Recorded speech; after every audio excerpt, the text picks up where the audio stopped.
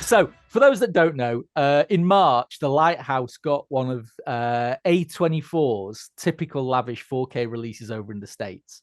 Yeah. Arrow have now brought it to the table, or are bringing it to the table a week today. It's likely to be the same 4K transfer, the same audio tracks. It's got the same extras, but it also includes an additional audio commentary, a fantastic new 71-minute making of the film that is basically a 50-minute interview with Robert Eggers, who goes everywhere with the film, all the struggles he had, how he wrote it, all the struggles he had with the cast, all this kind of stuff. It's brilliant.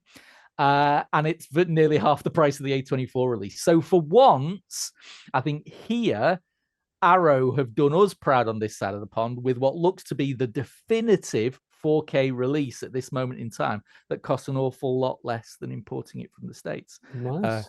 So yeah, the review is in early access. Go have a look there. It's going to drop at some point over the next week. The film is, well, it's bonkers. What was really interesting about the extras is Robert Eggers himself admitting that he was disappointed with the Witch.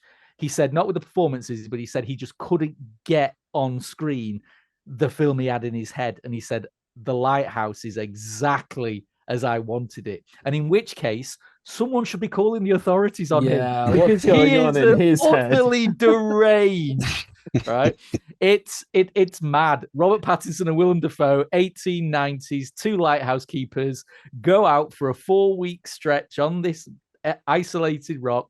They start to lose their crap big time, but it's all okay because they're going to get rescued. They're going to get relieved in 4 weeks. And then they don't. And then it gets weird.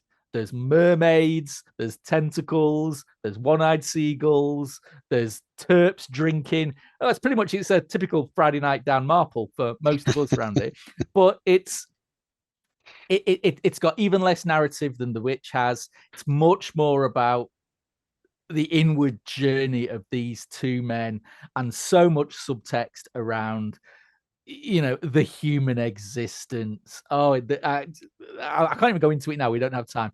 It's going to be a challenging watch for some, but if you can get into it, it's brutal. It's brilliant. It's funny. It's weird. It's great. So yeah, check out The Lighthouse. It's mental. And the disc in 4K? Are we saying? Are we?